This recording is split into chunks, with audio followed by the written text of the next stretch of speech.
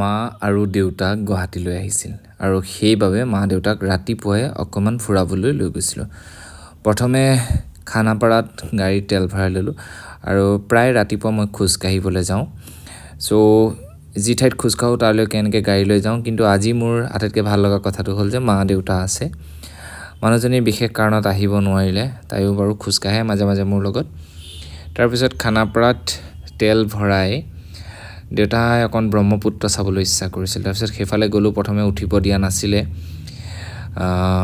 ব্ৰহ্মপুত্ৰৰ এই ছাইডটোত যাব নিদিয়ে ৰাজভৱনৰ ফালে।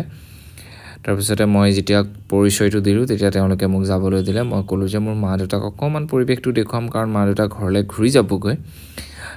তেতিয়া তেওঁলোকে ক'লে হ'ব বাৰু যাওক বুলি কৈ দিলে আৰু আমি খুব সুন্দৰ এটা পৰিৱেশ তাতে উপভোগ কৰিলোঁ। মোৰো ভাল লাগিল মা দেউতাৰ লগত ৰাতিপুৱা এটা এনেকৈ ঘূৰিব পোৱাটো মোৰ খুব ভাল লাগে, কাৰণ মা দেউতা ইয়াত নাথাকে, মা দেউতা লখিমপুৰত থাকে, মাজে মাজে আহি থাকে প্ৰায় 2-3 মাহৰ মূৰে মূৰে। ছ' মা দেউতা থকা দিনকেইটা বৰ ধুনীয়া লাগে। তাৰপিছত তাৰ পৰা নামি আহি এইখন হৈছে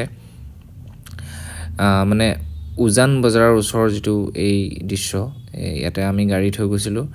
তাৰপিছতে আহি এই মাছৰ বজাৰখন, ৰাতিপুৱা ইয়াতে এখন বহুত পুৰণা মাছৰ বজাৰ বুলি কয় গুৱাহাটীৰ, আৰু ইয়াতে বিভিন্ন ঠাইৰ বেপাৰীসকলে মাছ লৈ আহে আৰু মাছ অনাৰ আমাৰ অসমীয়া ল'ৰা ছোৱালী খুব কমেই দেখিবলৈ পালোঁ বাৰু।